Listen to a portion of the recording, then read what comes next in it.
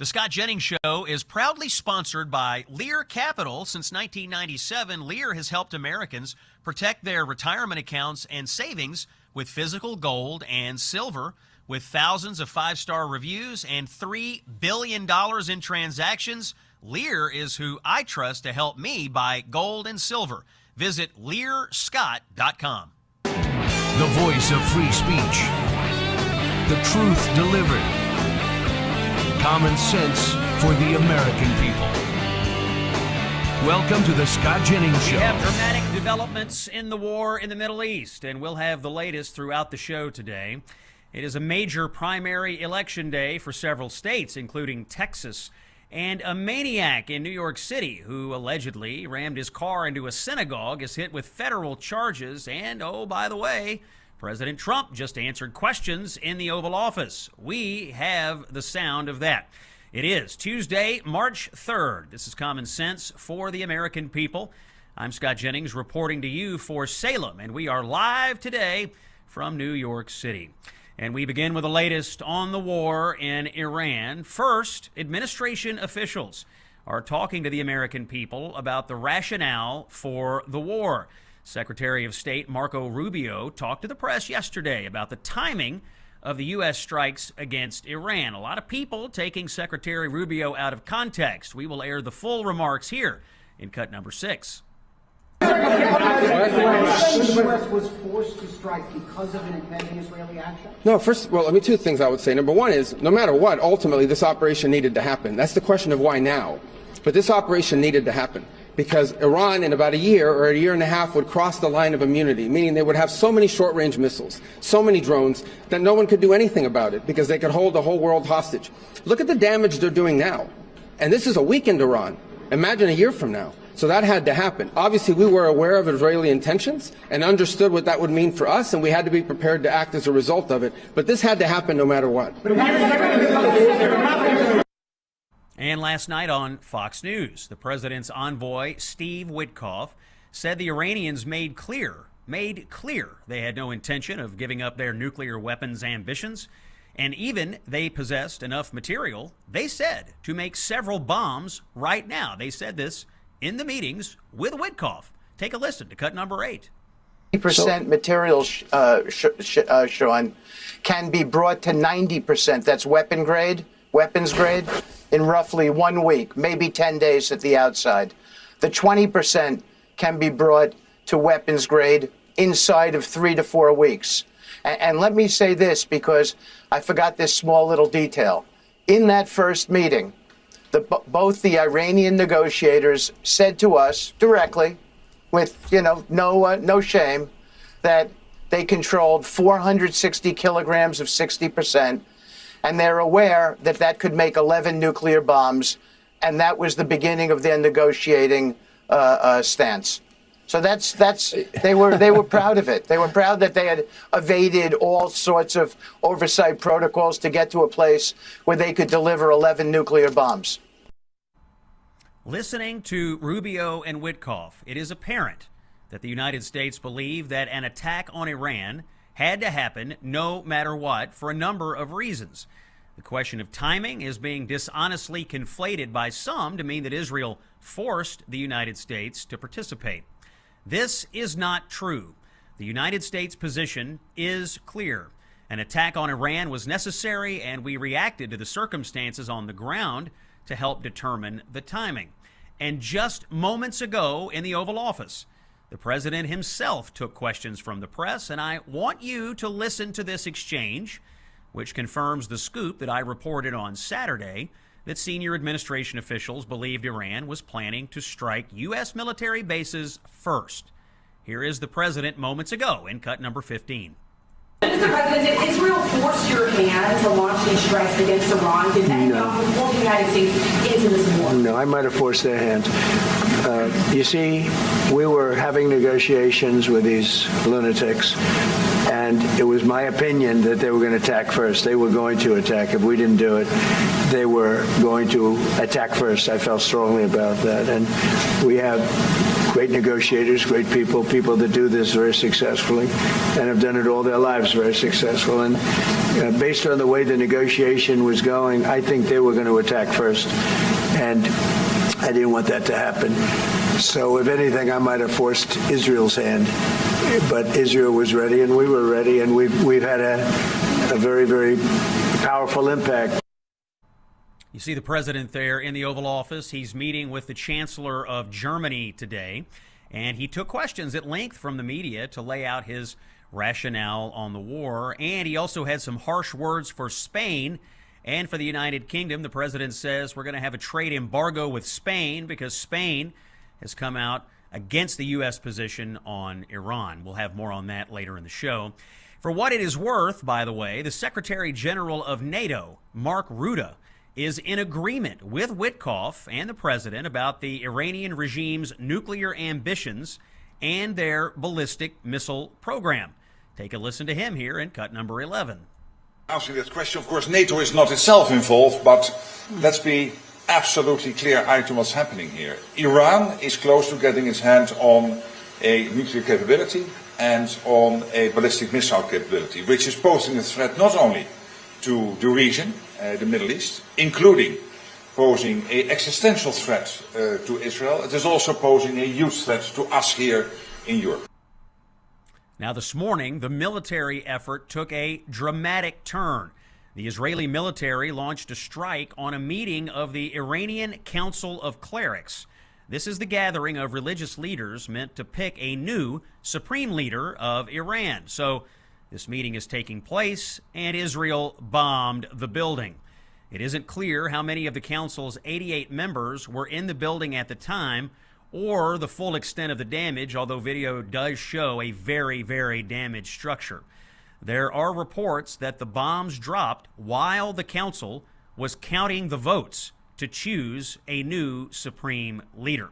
We'll be tracking the latest on Iran throughout the show today. We'll bring you all the breaking news here on the Scott Jennings Show. We do have other things going on in the United States. Federal prosecutors in Brooklyn have charged a New Jersey man for driving his car into a synagogue in Crown Heights during a crowded memorial service. According to the feds, the vehicle struck the synagogue entrance multiple times, damaging the building and endangering worshipers. The suspect is in custody. He faces up to 3 years in prison if convicted of intentionally damaging religious property. Violence against houses of worship will be met with firm prosecution. That is the message from the Trump DOJ today. It is primary day in several states in the United States today. North Carolina, Arkansas, and Texas. Texas is the big one, where Senator John Cornyn, the incumbent, the Republican, faces primary challengers, including the Attorney General Ken Paxton. Democrats, Tallarico and Crockett, are locked in a tight contest for their own party's nomination. Polling has been close in both of these primaries. Analysts aren't quite sure what's going to happen tonight, so we'll see what happens. By the way, I'll be back on CNN tonight at 8 Eastern and 10 Eastern for coverage of the primary election and the ongoing news about the war in Iran. We'll get some news about aches and pains here, folks. This listener's story coming to us from Keith in Washington, an extremely active guy, former college athlete, martial arts instructor, teaching multiple classes a day. Now, over time, his body started feeling worn down, and after trying Relief Factor, he told us his knee pain nearly disappeared, his neck pain dropped significantly, and he was able to keep training and even earn his black belt. Now, I can tell you, we've been using Relief Factor in the Jennings household. I've taken it. Family members have taken it. My dad is the true Relief Factor success story in the Jennings household. He's in mostly retirement, spent some time down in Florida, playing golf with his friends, doing the things in retirement, chasing the grandkids around, and so on. He's doing the things that he wants to do, and he's doing it pain-free. He has been quite clear since he started using Relief Factor. He has had a notable difference in his pain levels and in his mobility. If you would like to move easier, stay active, and not let aches and pains control your life, give Relief Factor's 3-week quick start a try and see how it works for you. You call 1-800-4RELIEF or visit relieffactor.com. And if you do that, we can see that if we can get you out of pain. One more message from a partner of the show. And if you're a parent or if you're a grandparent, you need to hear this. Many, many kids are being targeted online through gaming platforms, social media, and messaging apps. You've probably heard of the game Roblox. That's one of the examples. We've covered that here on the show. These kids are not very well protected on these platforms, and our friends and partners at Child Help are hearing from these kids every day who are being contacted through these games and apps by adults, by predators. These kids are being groomed, manipulated, and threatened by these adults. Child Help matters. They take the calls from the kids. There was one boy who reached out to Child Help and said he was terrified because an adult who reached him in one of these online games was demanding photos and threatening to lie to his parents about it. Imagine how frightening that would be if you were a kid who got a threat like that. Child Help steps in. They take the calls. They protect the kids. I donate and I trust Child Help. I'm asking you to do the same. Donate to childhelp.org/Scott or text Child Help to 94878. childhelp.org/Scott or text it. Child Help 94878. More news when we come back. It's Scott Jennings on Salem. Stay with us. Hey, it's Scott Jennings. You know, I got to tell you, I think nutrition has gotten way too complicated. Every week there's a new powder, a new lab-created formula, some new breakthrough. But here is the truth. We've been told since we were kids to eat our fruits and vegetables. Nobody really had to explain why. We just did it. Because when you eat whole foods, you're getting phytonutrients, those natural compounds that your body uses to adjust, repair, and respond every single day. That's not hype. That's how human beings were designed. That's why I take Balance of Nature. They use a tailored vacuum cold process that stabilizes the phytonutrition in fruits and veggies, so you're getting real whole food nutrition, not synthetic substitutes. Their whole health system includes fruits and veggies plus fiber and spice, 47 ingredients in one simple routine. I take it myself. If you want to fight the good fight, go to balanceofnature.com to subscribe and save today. Join hundreds of thousands of customers in one simple routine that is changing the world. The man who made CNN safe for conservatives again. Here's Scott Jennings. It is Tuesday, March 3rd. We are delivering common sense for the American people here. It's the Scott Jennings Show on Salem. Thank you so much for listening. By the way, if you are listening to this program live and on radio around the country, thank you. But you may not always be at a radio, and so you can always pick up the podcast on Apple or Spotify, wherever you get your podcasts. You can also see the video version of it if you go to SNC.TV. We stream this show every day, and we have the archive of it every day. So if you'd like to watch it as a video product, we can do that for you as well, and we'd be honored if you join us on any of our platforms. Something that is bothering me about the complaining going on here about the war in Iran, the media complaining, the media nitpicking, the media constantly trying to debunk or destabilize or disprove everything Donald Trump does, large or small. Well, this is a large thing, and of course they've swung into action here to somehow argue that there's no consistency from Trump on this. I've heard a number of news people, pundits, Democrats argue that somehow taking this action is not America first, that Donald Trump said he wouldn't start any wars, and therefore he's not allowed somehow to use the U.S. military, even though he's the commander-in-chief. I think it's worth noting, Donald Trump has been 100% consistent on his views on the Iranian regime going back to 1980. And since he became a political figure in the United States, he has been crystal clear that he will never allow Iran to possess a nuclear weapon.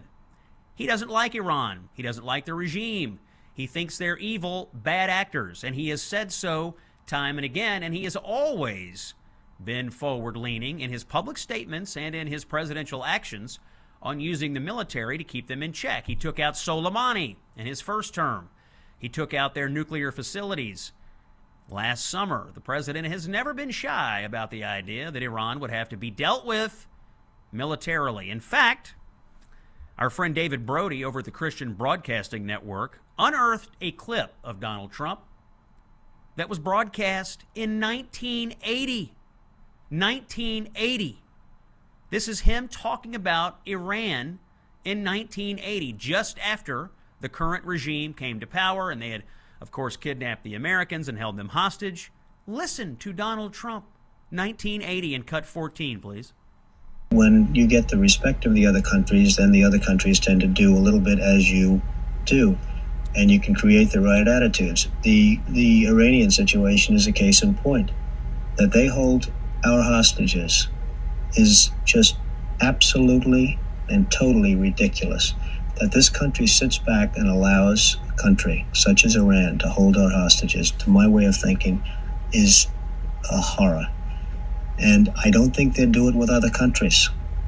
I honestly don't think they'd do it with other countries. Obviously, you're advocating that we should have gone in there with troops, etc., and brought our boys out. I absolutely feel that, yes. I don't think there's any question, and there's no question in my mind. I think right now would be an oil-rich nation, and I believe that we should have done it, and I'm very disappointed that we didn't do it, and I don't think anybody would have held us in abeyance. I don't think anybody would have been angry with us, and we had every right to do it at the time. I think we've lost the opportunity. Donald Trump, our president in 1980, expressing his belief that we should have used the military against the regime. By the way, he said something that rings true even today. He doesn't think they would have done that back in those days to anyone but us. Well, they do chant death to America quite often, and that's a telling thing. You should believe them when they tell you who they are. Other attacks have come on Vice President J.D. Vance. Well, what did he say during the campaign in the debate, October 1st, 2024? Let's listen to Vance back then in cut number 4. Now, you asked about a preemptive strike, Margaret, and I want to answer the question. Look, it is up to Israel what they think they need to do to keep their country safe, and we should support our allies wherever they are when they're fighting the bad guys. I think that's the right approach to take with the Israel question. J.D. Vance obviously able to tell the good guys from the bad guys in the Middle East. Some people, though, simply can't do that anymore. What you're finding here is that there is a group of isolationists on the left and on the right who are trying to nitpick and destabilize the president's arguments for taking action against Iran. They have always wanted to ascribe their isolationism and, yes, their anti-Israel views and, yes, in some cases, their anti-Semitism to Donald Trump. They wanted him to absorb their views. Well, ladies and gentlemen, I'm here to tell you that is not happening. The president has been clear. The president has been consistent.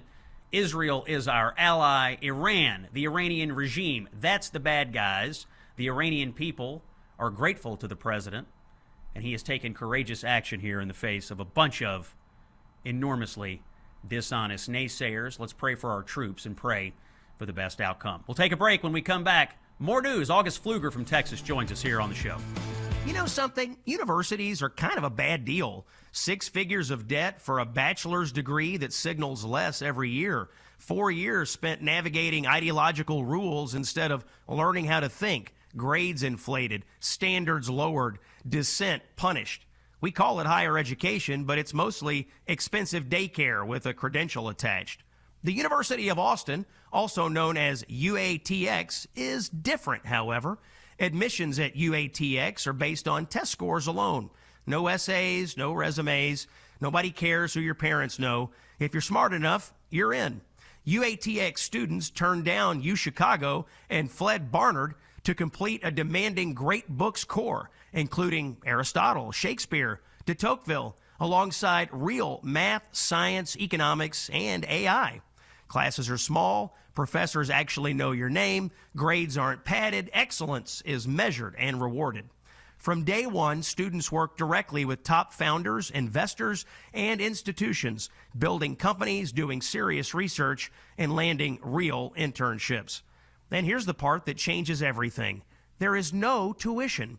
Thanks to private donors, every UATX student graduates debt-free. You're free to take risks, free to start companies, and free to build a life instead of paying off loans. If you want an empty credential, look elsewhere. If you want a serious education that actually prepares you to lead, apply to the University of Austin. Visit uaustin.org. That's uaustin.org. Truth, justice, and the American way. Look up in the sky. It's a bird. It's a plane. It's the Scott Jennings Show. Thank you for listening here on Tuesday, March the 3rd. As our attention has become fixed on Iran, work on other issues has continued on in Washington. Republicans in Congress are still working on some legislation in the spring here, and we've covered it on the show. It's called the reconciliation process. And joining me now to discuss where in the process the Republicans are, the mastermind behind all of this, Texas Congressman August Pfluger. He's the head of the Republican Study Committee. Chairman Pfluger, thanks for coming back on the show.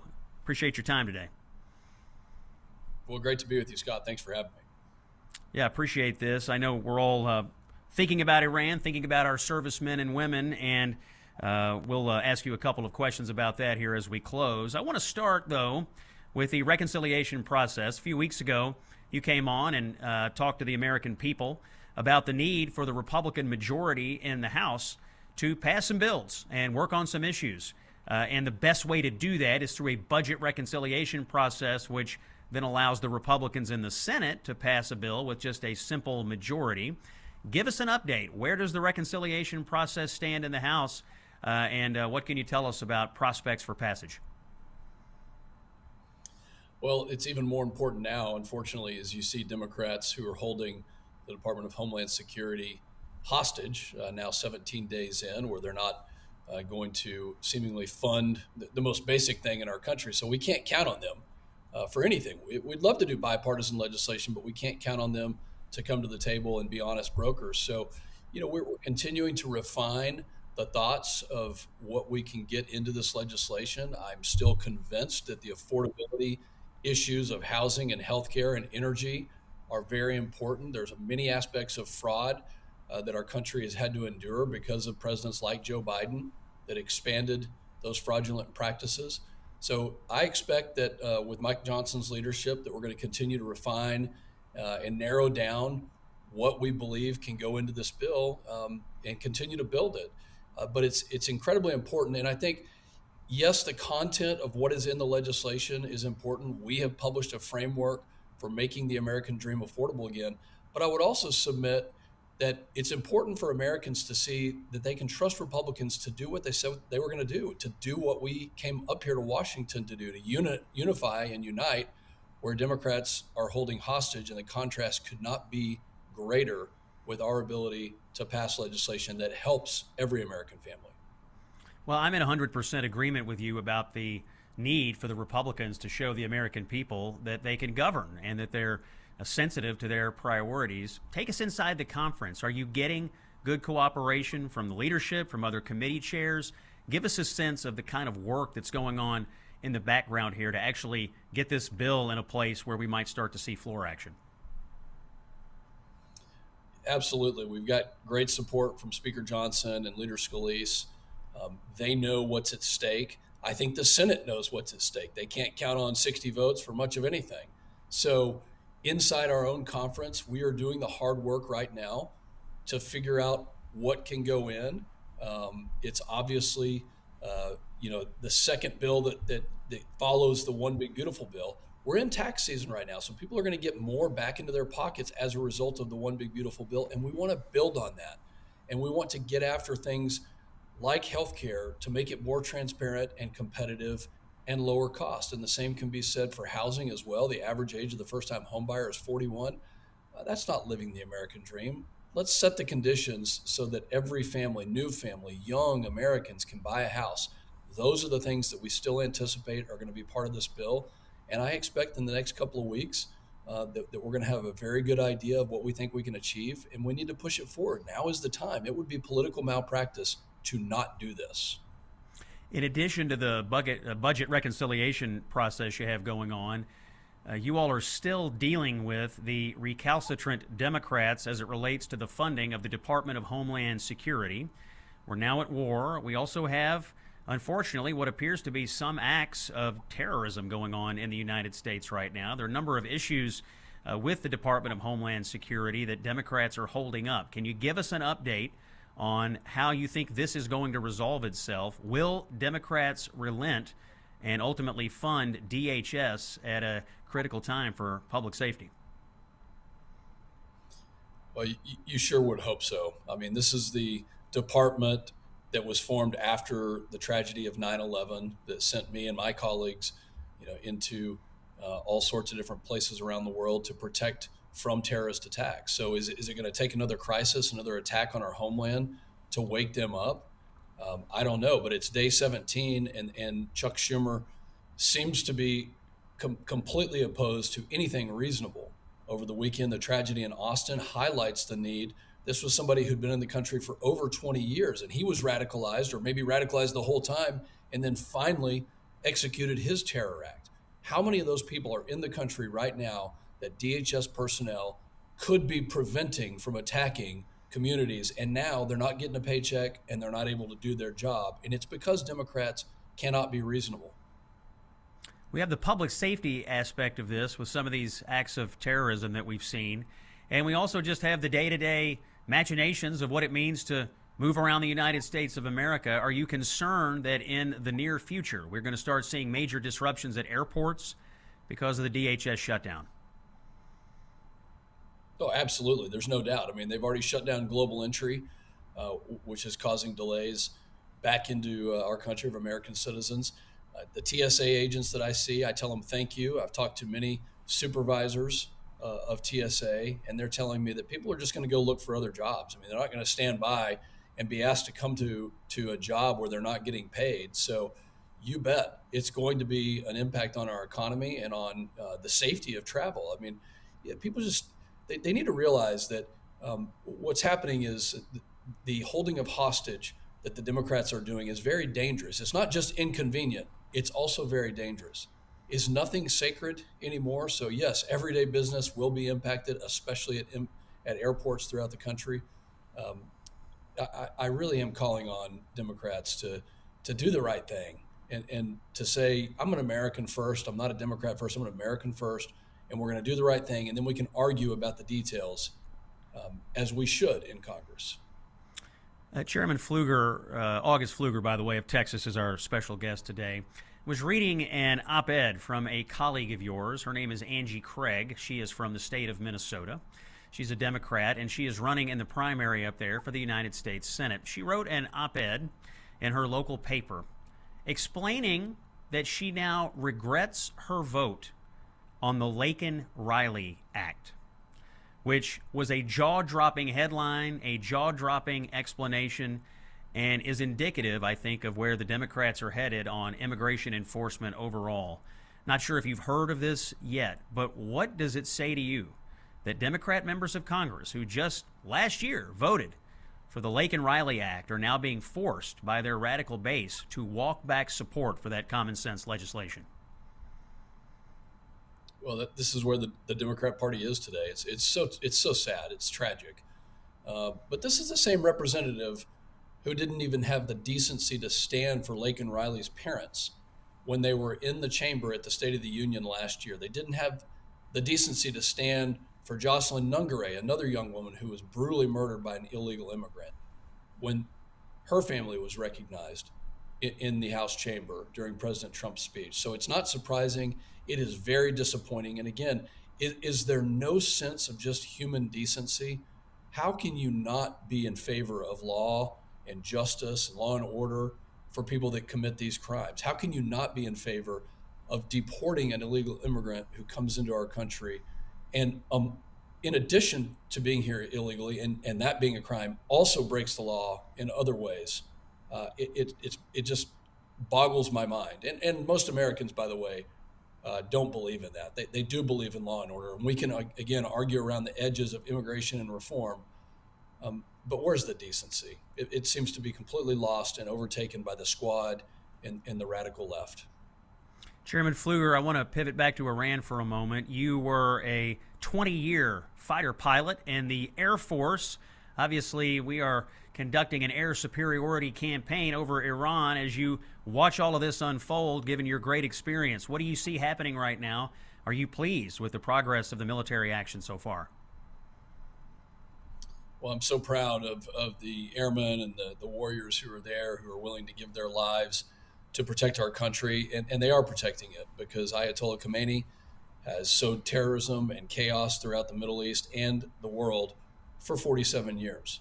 So this is a moment where the president made a historic and bold yet correct decision to take out this terror regime that chants death to America at every opportunity. The professionalism from all of our military warriors who I served with, and many of whom are still serving and flying these combat missions, I applaud them. I thank their families and the sacrifice that they are willing to do something that will keep not just the United States of America safe, but our allies and the rest of the globe as well. So we stay deeply connected with this mission and are watching it closely, but applaud the president for his bold decision. The White House has given I think, pretty clear rationale for the war. They don't want Iran to have ballistic missiles. They don't want Iran to have nuclear weapons. They don't want Iran to have a navy that's harassing ships in the region. And they don't want Iran to continue to fund and export terror around the world. Seems pretty clear to me. There's been a lot of attempts to obfuscate this or make it feel opaque. Are you satisfied with the rationale of this? And what do you think is going to happen on the floor of the House when we do have a war powers vote later this week? Well, the administration is meeting with us today and is giving us an update and the requisite information. They briefed the Gang of Eight in advance of this attack, as reported in the media. But you just listed all the reasons that this is important. They have used ballistic missiles to attack Americans and American interest and Western interest in literally hundreds of examples and cases around the world for the last 47 years. The motivation is there, the motive is there, the willingness to use those weapons in terror attacks is there. How long does it take? I mean, we finally have a president who said enough is enough. So yes, I am 100% convinced that they're doing the right thing. And now is the time for Congress to have the discussion as we move forward on how we can help the president to get rid of this threat once and for all. Chairman Pfluger, sounds like you may have to go vote. So I'm going to let you go. I hear the horn blaring there in the U.S. House. So we're wrapping up at just the right time. Chairman August Pfluger from Washington with a great update on reconciliation and other issues. Sir, we'll have you back in the very near future. As Operation Epic Fury is intensifying, the world is bracing for what comes next. In the Holy Land, red alert sirens fill the air. Sirens, by the way, that give you about 15 seconds to reach the nearest bomb shelter. This is a serious situation. There have been a number of deaths in Israel already from these incoming missile strikes. It's a real threat. And in times like these, freedom and faith aren't just abstract ideas. They are what we depend upon. And in times like these, the International Fellowship of Christians and Jews is on the ground preparing large-scale distributions of life-saving food, first aid, and emergency essentials for security personnel, and they're also ensuring that hospitals, emergency rooms, and shelters are stocked with critical medical supplies. Israel's most vulnerable, the sick, the elderly, children, families, they depend on the fellowship, and the people there depend on your support. I am encouraging you to support the IFCJ in their critical mission. Please support ifcj.org. Support ifcj.org. That's where you go to lend your help. More on all of this when we come back. It's Scott Jennings on Salem. Stay with us. You know, gold and silver recently soared to record highs and then pulled back. So are precious metals still a good buy? Many Wall Street experts predict higher prices ahead. Why? Well, because we still have trillions in national debt, a declining dollar, and inflation that keeps shrinking our savings. Even with corrections along the way, gold remains a historical hedge for wealth protection. That's why Morgan Stanley's chief investment officer ditched the 60-40 stocks and bonds portfolio and is recommending up to 20% in precious metals. They're getting educated, and you should too. Call Lear Capital at 1-800-880-2424 for your free gold investment kit and learn how you could qualify for up to $20,000 in bonus gold. Lear Capital has over $3 billion in transactions and thousands of five-star reviews. Call 1-800-880-2424, 1-800-880-2424, or visit learscott.com. Straight talk without the bluster. When you positively need the truth, this is where you come. The Scott Jennings Show. Welcome back to the show. Here is a segment that we could probably run every day called What is Going Horribly Wrong in California under Gavin Newsom. Today, I want to bring to you two stories originating from California. Both of them are frankly just absolutely crazy. Here's the first one. Last week, a group of Jewish parents sued the California state education system. This was on Thursday, alleging that the state's public schools have become anti-Semitic cesspools. You may be wondering, what could have happened to make them think this? Well, let me read to you from the complaint that was filed. In one case, a teacher punished a 12-year-old student because, and this is in the complaint, he was a Jew who dared to wear Jewish and Israeli symbols. In another, a 9th grade art teacher organized a walkout in support of Palestine that featured chants of F the Jews, except they didn't say F. I think you know what they said. Also in the lawsuit, one teacher openly proclaimed that Zionists are the enemy. And this person had his public social media account filled with anti-Semitic and anti-Israel content. And a parent who spoke up about this issue of anti-Semitic behavior during a school board meeting was then mocked by faculty members and called a, quote, Zionist Nazi. Well, I can't say it, but it rhymes with witch. Maybe the worst allegation of all comes from Daniel Pearl Magnet High School in Los Angeles, which, as you know, is named after a Jewish journalist slaughtered by Islamists in 2002. At that school, a teacher repeatedly subjected a student to alleged pro-Hamas activism inside the classroom. If you read this complaint, it is clear the California school system has been hijacked by lunatics and by radical anti-Semitic teachers and administrators who are perfectly fine to look the other way as Jewish students are harassed, or even worse, join in. But of course, none of this should surprise you. It is California. Just this week, in a 6-3 opinion, the U.S. Supreme Court ruled that California's policies that prohibit schools from disclosing a child's gender transition to parents without the child's consent are likely unconstitutional. Let me read that to you again. California schools had a policy to not disclose a child's gender transition to parents unless the child consented. And we know there are people in this country, in your schools, somewhere in your community out there, that are more than happy to talk to your child about transitioning and keep it from the parents and then take the kids away if the parents don't comply. We saw that example that President Trump brought to the State of the Union. Who are the adults in these school buildings? Do these schools operate to make the best decisions for kids? Or do the inmates run the asylum right now? Now, hopefully, this Supreme Court ruling will send these insane policies packing, but in a state like California, where Gavin Newsom has no problem catering to the craziest people in his political base, this is what you get. Remember, this person, Gavin Newsom, wants to be your next president. He wants to take everything happening in California, the economy, the culture, what you just heard is happening in the schools. He would like very much to export that to the rest of the country. Do you want California's economy? No. Do you want California's gas prices? No. Do you want California's schools where Jewish kids are being terrorized and where kids are being transitioned without the parents' knowledge?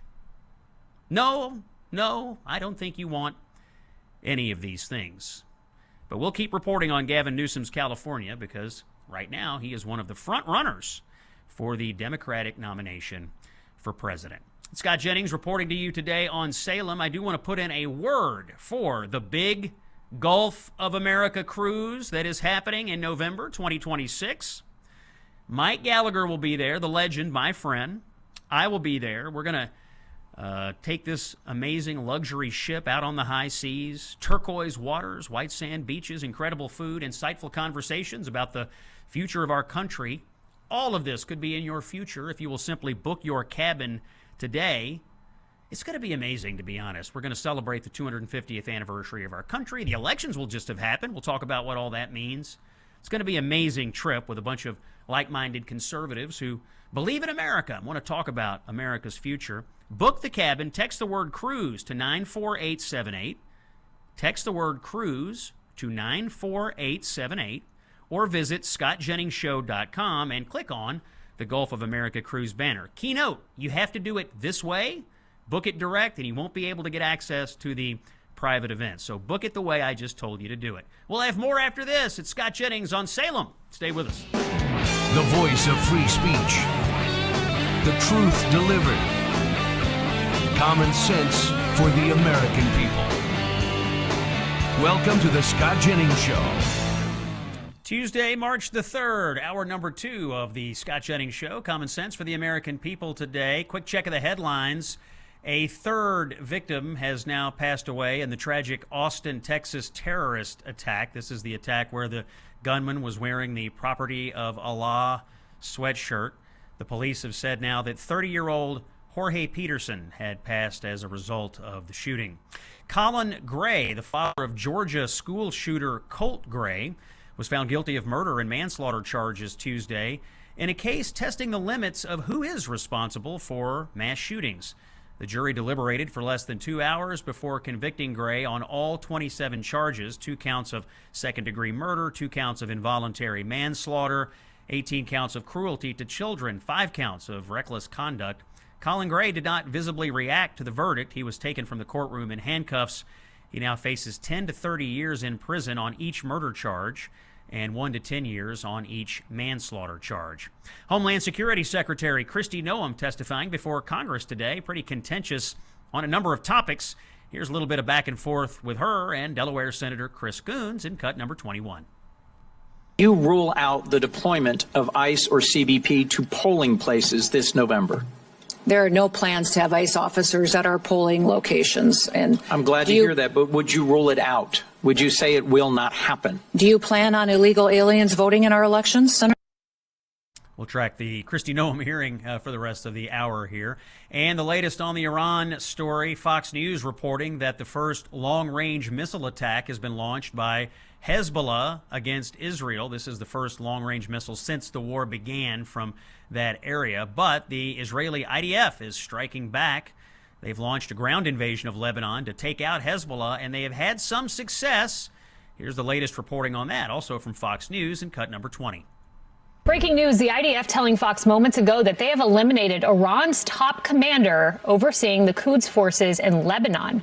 Now, this individual is described as at the brigadier general level. As I mentioned, one of the highest commanders there, connecting Hezbollah with the Iranian terror regime. So this is a significant takedown in the strike on Tehran, and it's just the latest out of the Middle East. And that's as President Trump said. And here now to discuss all of these developments is Hagar Shamali, host of the Oh My World show on YouTube, which, if you haven't watched it, is objectively fun and informative and sometimes hilarious. She is the former Lebanon and Syria director at the White House National Security Council. She's also a veteran of the U.S. Department of the Treasury. Hagar, we are new friends. We met for the first time last night, and I invited you on, and here you are. Thanks for coming into the Scott Jennings Show. Thanks for having me. I'm really happy to be here. Well, I'm glad to see you here. You did a great job on CNN last night, and that's what prompted me to bring you into the show today. You just heard the latest reporting on what's going on with Israel now facing off with Hezbollah and Lebanon as part of this overall war against Iran. You were on this desk in the White House National Security Council. How does this news strike you? What's your analysis? Yeah, and it continues to be an area I pay close attention to because I am actually working on Lebanon-Israel peace efforts. And it was predicted that if there was an escalation with Iran, that Hezbollah would stupidly enter itself into the war. What is fascinating to watch here are a few trends. Number one, the reaction of the Shia Lebanese, who tended to be the followers and supporters of Hezbollah, coming out publicly against Hezbollah's move, very angry that they're going to drag Lebanon into yet another war with Israel, when the Lebanese government and Lebanese people came out very loudly saying, we don't want any war. Any effort to launch attacks or to proactively get involved will be viewed as illegal. So Hezbollah entered itself. The Lebanese cabinet came out to say after that Hezbollah's military and security operations are considered illegal, and that the government is going to double down on its efforts to ensure that all weapons in the state remain under the monopoly of this, or be under the monopoly of the state, which is great. Today, the Lebanese army arrested 12 Hezbollah officials. That is literally unprecedented. So what I'm going to be looking for right now is the Lebanese government and Lebanese army going to hold true to this? Are they going to enforce everything they just said? Because it could be very exciting for the future of Lebanon. That guy that Israel killed in Lebanon, the one that Fox News mentioned, that guy should have never been in Lebanon. Never. That underscores you that Hezbollah is an Iranian element. Hagar, tell me something. Israel had been degrading Hezbollah since October the 7th and taking out a significant number of their people and weapons capabilities. What does Hezbollah have left? I mean, obviously they fired a long-range missile. They're trying to launch other attacks. How severely degraded are they? Will Israel have trouble subduing them here in this latest attack? Sure, it's a great question, actually, because after the escalation at the end of 2024, Hezbollah was significantly weakened and decapitated as well. You had, as you mentioned, a lot of their leaders killed. Their Secretary General, Nasrallah, was killed, and so on. You had that famous pager explosion attack. And they took out a number of their missile arsenals. The thing is, though, after a year, the Israeli strikes against Lebanon, they continued after the ceasefire, after the November 2024 ceasefire. Israeli strikes numbered around an average of twice a day. And even with those strikes, Hezbollah was able to rebuild and rearm itself, particularly in the north of Lebanon, in an area called the Bekaa, which borders with Syria. And that is large part due to Iran. Iran, even with the little money it had, spent, according to U.S. intelligence, $1 billion to Hezbollah in the year 2025 alone. Even though it was more difficult for them to do so, both financially and logistically, they were able to do it. And Hezbollah started amassing its missiles again. It started building at-home capabilities, factories that could build their own munitions at home. So Israel does have, again, its work cut out for it, and it is necessary to weaken them again, but I have no doubt that they're going to be able to. Hagar, other news today, we heard that Israel took out the Conference of the Clerics that was meeting to choose the new supreme leader in Iran. In fact, the reports are that while they were counting the votes, the bombs dropped on the building. I don't think we have full battle damage assessments yet, but when you heard that news today, what does that tell you about the Israeli and American strategy to continue to scramble the Iranian regime? Absolutely. Well, the first thing I'd say is that perhaps it should have been a Zoom meeting. But the other thing I would say is that it is a very clear message, could not be clearer, by the Israelis and the United States, that this is about regime change, and that if there's any effort or attempt to appoint a new leader, that the U.S. and Israel are going to get in the way. And they are making that. They could not be clearer about it. It also just further underscores the extent to which our intelligence in Iran is really, truly excellent. I was asked about this a week ago. How good is our intelligence? This is an area we've been collecting on for decades, and the intelligence is really bar none. Hagar, let me let you listen to a little bit of President Trump. He spoke in the Oval Office just a little while ago. Let's hear cut 17, the president. And he's been helping us out. We've been very nice, actually. And that is coming along, as you see, very well. They have no Navy. It's been knocked out. They have no Air Force. It's been knocked out. They have no air detection. That's been knocked out. Their radar has been knocked out. And just about everything's been knocked out. So we'll see how we do. But we're doing very well. We have a great military, and they're doing a fantastic job. Hagar, you heard the president. He's happy with the military campaign. Are you? I am so far. The thing that I really wish, actually, that folks would understand is that these things take a little time. And just from what's been done over the last few days is already really remarkable. You're talking about a complete decapitation of Iran's leadership and thugs who've been in power forever, just imposing a brutal, murderous regime, all taken out in one fell swoop. You have targets against their ballistic missile operations and military apparatuses. And that's going to take more time, because you still do see, of course, the regime has been reacting.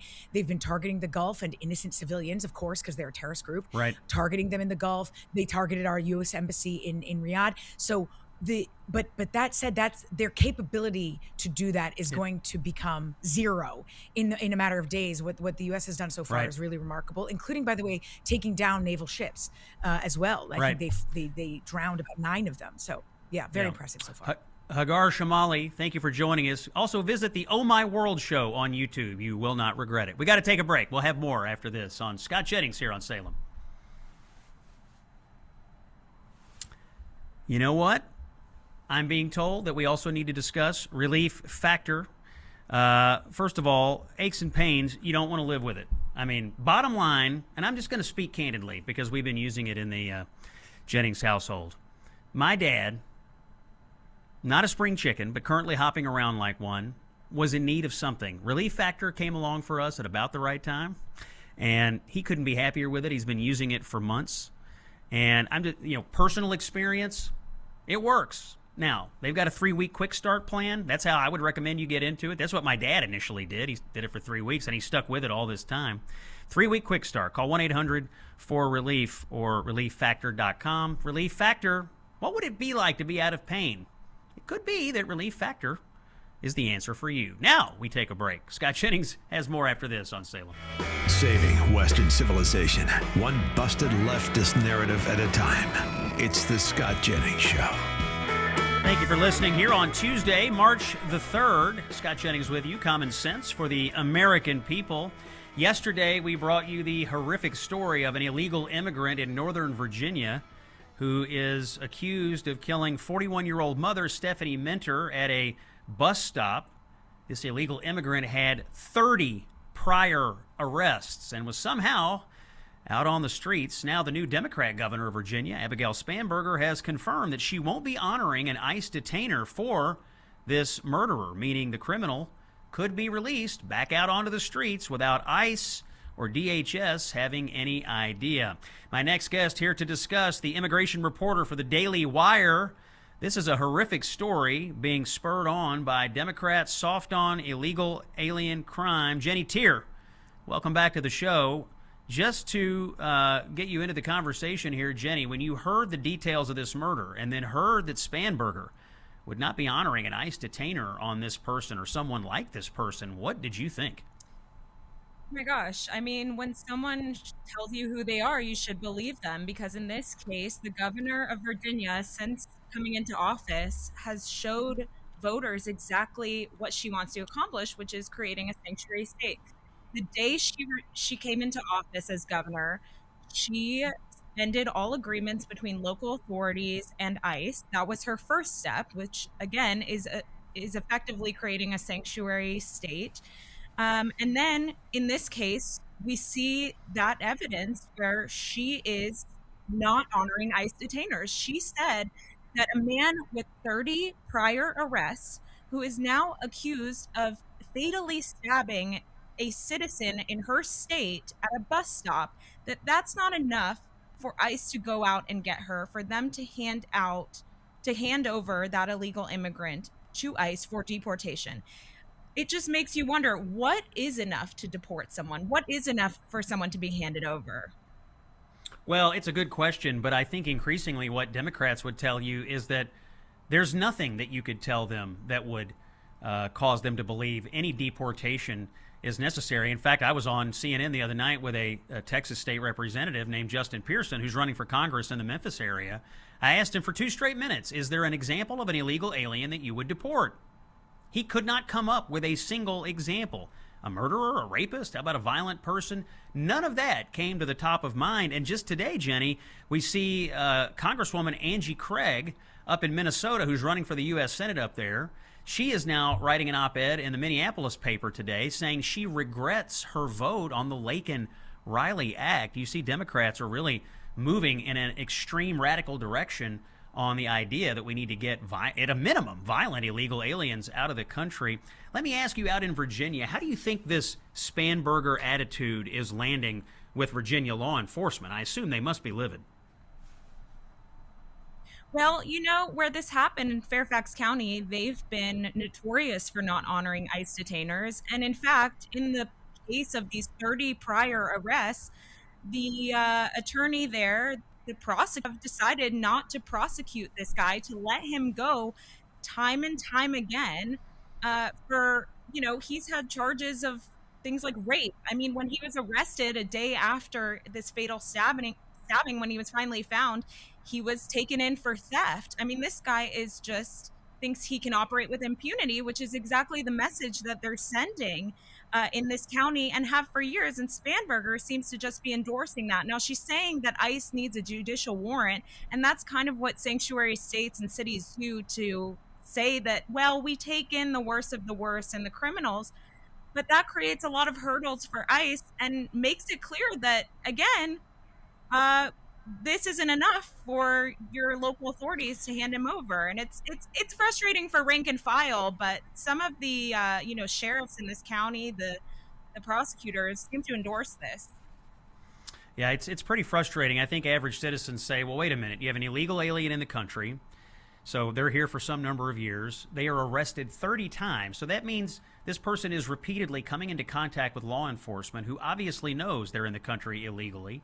They keep letting them go. They're not prosecuting them for the violent crimes. And they know full well they're re-releasing illegal aliens onto the street. Now a 41-year-old American mother is dead at a bus stop, and it was ultimately predictable and ultimately preventable, and it's because of Democrats and their policies when it comes to illegal aliens and violent criminals. Jenny Tier from the Daily Wire, thank you for joining us. And by the way, before we go, I must congratulate you.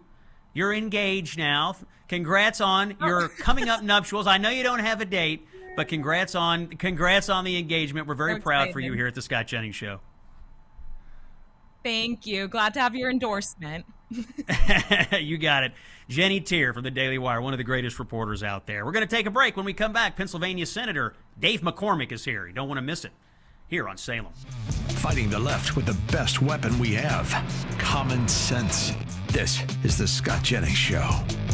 Tuesday, March 3rd. It is common sense for the American people, and I invited one of the most common sense senators I could think of to discuss the news of the day. Senator Dave McCormick is from the Commonwealth of Pennsylvania. Prior to becoming senator, he was captain of West Point's wrestling team and then was a captain in the 82nd Airborne Division, and he was deployed in the Middle East in the first Gulf War, later Undersecretary of Treasury and Deputy National Security Advisor during the Bush 43 administration. Making his first appearance, Senator Dave McCormick. Welcome to the Scott Jennings Show. Whoops, did we lose Dave McCormick? Okay, I'm being told that Senator McCormick, who I can assure you I just spoke to moments ago, has dropped off, so we're going to try to get him back on the phone here. Tell you what, let's do this. While we get Dave McCormick back on the horn here, let's catch up on the news of the day. The big breaking news this morning is that the Clerics Council that was meeting to choose the new Iranian Supreme Leader was bombed by Israel while they were counting the votes. We're still waiting on battle damage assessments, but Israel bombed the 88-member meeting of the Clerics Council as they tried to reconstitute the top levels of the Iranian regime. Now we have Senator McCormick back. We'll do more news in just a moment. Senator McCormick, welcome into the Scott Jennings Show. Hey, great to be with you, Scott. Hey, thanks. Glad to have you on here for your inaugural appearance. We're tracking all the news today. I want to actually start with this. President Trump gave some comments in the Oval Office this morning about the rationale for the timing of going to war.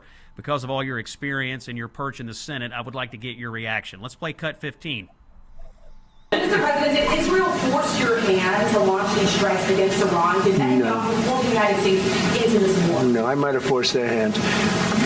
You see, we were having negotiations with these lunatics, and it was my opinion that they were going to attack first. They were going to attack. If we didn't do it, they were going to attack first. I felt strongly about that. And we have great negotiators, great people that do this very successfully and have done it all their lives very successful. And based on the way the negotiation was going, I think they were going to attack first. And I didn't want that to happen. So if anything, I might have forced Israel's hand. But Israel was ready and we were ready, and we've had a very, very powerful impact. Senator, the president kind of confirming today what I'd been hearing from administration officials over the weekend, that we believed Iran was going to fire missiles at U.S. military installations. What do you make of the president's comments and the rationale for the war overall? Do you believe the administration is making a clear case? Yeah, first of all, I think it's anyone who thinks that President Trump was going to be dragged into a decision of this significance by someone else doesn't know the president. Whether it's Operation Midnight Hammer, whether it's the use of military force in Venezuela or whether this most recent operation, I'm confident he's operating based on a belief that we have imminent threat to the American people. And that's absolutely the case with Iran. No nation in the world has more American blood on its hands.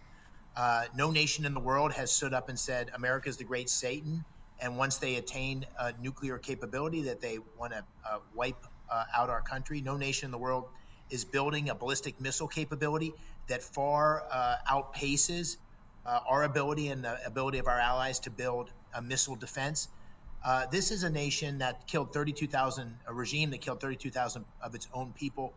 And the president made the judgment that the imminent threat, after giving lots of potential off-ramps to the Iranian regime, the imminent threat justified the use of force. He's well within his rights and power under the Constitution. And I think this was a step that he took because he believed American lives were at risk if he didn't move quickly. Senator, Democrats are raging against the president over this. They're calling the war illegal. They want Congress to vote to curtail the president's powers. What do you say to their arguments that he should have sought congressional approval first? Do you believe fully it's within his constitutional authority to do this in the manner that he did? Well, I think it's mostly political theater. Many of these same Democrats never said a peep when President Obama went into Libya, when Bill Clinton went into Kosovo, and used force and used it under the president's Article 2 authority. So I think this is mostly because they don't want to say that this splendid, marvelous military operation, early days, but that's been so successfully implemented, killing the Ayatollah, they can't criticize that, so they're going to criticize whether the president has the authority. These people aren't making a serious argument. And the imminent threat from Iran, I think, is well established over many decades and was only growing. And the thing that I think people should remember is after Operation Midnight Hammer, there was an opportunity for the Iranian regime to say, listen, we now see a safer and better path to prosperity. We're going to stop our nuclear program. We're going to stop building ballistic missiles. And in fact, they did the opposite. They doubled down on their ballistic missile capability and they restarted their nuclear program. And so this is a decision the president had to make. It's like second guessing. On September 11th, or September 10th rather, prior to September 11th, was there an imminent threat? Certainly. But if we had acted sooner, the United States had acted sooner on September 11th, that would have been justified under eliminating imminent threat. Similar logic applies in this case. Senator, you deployed to the Middle East during the first Gulf War. Some people are saying, well, this has to turn out the way Iraq turned out back during the Bush years. How do you counter those arguments? I personally think they're sort of lazy and ridiculous, but that's what a lot of people want to argue today who don't agree with the president. How do you counter them? Well, listen, I want to say I think America, many of us, myself included, are scarred by 20 years of war. I remember writing an op-ed piece for the Los Angeles Times in 2002 after there was some evidence of weapons of mass destruction with Saddam Hussein, saying, we got to go in there and kick butt. We got to take this regime down. And I have a copy of that framed on my desk as a reminder that the 20 years that followed, 5,000 American lives, trillions of dollars, it was catastrophic. It was a disaster. This situation is not that situation for the following reasons. First, the president has defined very clearly the military objectives. Take out the missiles, take out the missile launchers, take out the Navy, and take out the manufacturing capacity that has essentially exported drones and missiles all around the world as a state sponsor of terror. Those objectives are clear. Second, he has shown an ability to use the military very selectively, in a very focused, discrete way to accomplish objectives. And he said time and again, it's now going to be up to the Iranian people. I am the only president, and he's right, that has stood with the Iranian people protesting in the streets. And now it's a time for them to rise up and take control of their destiny. And I think the president believes that. And so I'm very confident we're not going to have some long-term entanglement in Iran, and that the operation is clearly defined and narrow in many ways in scope. Senator, are you satisfied with the briefings and information you're getting from the administration so far? Are you expecting more briefings today and throughout the week? Yeah, I've had a number of conversations with key people in the administration, many ambassadors, the ambassador from Israel, ambassador from the Emiratis, and the Secretary of State. But today at 3:30, the Senate has another briefing with the chairman, Chairman Kaine, Secretary Rubio, Secretary Hegseth, and the CIA director. And I think we'll get an update on where we are in terms of taking out those capabilities and meeting the president's military objectives. But by any measure, as someone who served in the military, served in the 82nd Airborne Division, thus far, and again, it's early days. I don't want to lead any of your viewers to think that we're close to the end of this, but the performance of our military has been truly marvelous. The ability to coordinate with Israel seamlessly, the intel capacity to take out multiple rungs of leadership, the capacity to do the targeting, the precision targeting of over 2,000 missions in the first 24 hours. This has been extraordinary. Americans should be very proud of the men and women and very grateful to the men and women who serve them and pray for those sad 6 families that have lost a service member. This has been spectacular, and now there's work ahead, and we need to be very measured about how we think about that. Senator Dave McCormick of Pennsylvania is our guest. Senator, a couple of minutes left. There's a couple of other issues going on in the Senate I want to get your comments on. First of all, the Democrats still have the Department of Homeland Security shut down over their complaints about immigration enforcement, but we're seeing problems inside the United States. It looks like we've had a terrorist attack in Austin. People are on high alert because of what's going on in the Middle East. Will the Democrats relent on DHS anytime soon, in your opinion? I mean, this is truly disgraceful and indefensible. It was indefensible before. This was nothing to do with ICE or Border Patrol. They're already funded. This is essentially stopping the payment to members of the Coast Guard, TSA, Secret Service, the CISA, which does our cybersecurity response and monitoring. But now, in a moment of war, in a moment where American men and women are in harm's way with the greatest terrorist supporter and terrorist nation in the country with potential terrorist risk on the homeland, to not move forward on this is absolutely indefensible. And for the Democrats who are saying they want reform, that's the great irony. There was reform of DHS in the funding proposal that passed the committee and passed the House. It had body cams. It had additional de-escalation training. It had additional oversight of the detention facilities. So we are learning as we go from a Department of Homeland Security perspective. Republicans embraced that in the bill that was passed, and now the Democrats have to let that funding go forward and let those great folks who that department was created to defend against this very sort of attack, this very sort of exposure, let them get on with their business. This is ridiculousness. Senator, another issue laying in the Senate that a lot of conservatives are very interested in is the Save America Act. It passed out of the House. It's sitting in the Senate. I believe it has 50 Republican co-sponsors. Senator Thune seems to, at one point, have said we will see floor action on this, but there's obviously some disagreement inside the conference about whether to change the filibuster rules in order to make this happen. Can you give us an update? Where does the Save America Act stand today? Will we see it on the floor should it pass and become law in the United States? Well, listen, I think this is incredibly important. Half of Americans don't trust our electoral processes, and nobody has more credibility to talk about the importance of every single vote. I lost my first campaign in 2022 by 900 votes, and I won my second one by 15,000 in 2024 of 7 million cast. So every vote has to count. We have to be assured that these are legitimate votes, and that's why I've been a strong supporter of the Save America Act. And I do believe, and this is an 80-20 issue, which most Americans agree in voter ID, agree for this need for legislation. I think the Democrats who are opposed to this should be forced through something called a standing filibuster to stand on the Senate floor and describe to the people who put them in office, describe to the American people why they are opposed to such a basic, fundamental, common sense piece of legislation. And that's the message I've shared with our leadership, and it's the message I'll continue to focus on. I think it's important we move forward on this because at the essence of our great republic, our great country is people coming forth, participating in the democratic process and believing it's legitimate and real. And we can't lose that. That's the essence of our great country. That voice you're hearing today, Senator Dave McCormick from the Commonwealth of Pennsylvania, making his first appearance. Senator, glad to have you. We'll have you back soon. Appreciate your insights. All right, Scott. Good to be with you. Thank you. Thank you, my friend. Quick word from our friends at Patriot Mobile. Listen, bottom line, Patriot Mobile is going to give you the best cell phone service you can get. It'll be better, probably, or at least as good as what you're getting from the big three. And the best part of the whole thing is that Patriot Mobile actually supports your values, unlike all these other corporations. They support your values. They invest in your values. Make the switch today. PatriotMobile.com/Scott.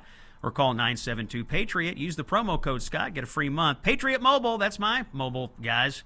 I love them. I know them. I trust them. Sign up today. We'll wrap up the show when we come back. It's Scott Jennings on Salem. He's the author of the best-selling book, A Revolution of Common Sense. Here's Scott Jennings.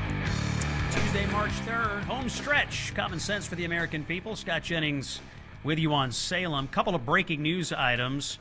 This is just out from President Trump.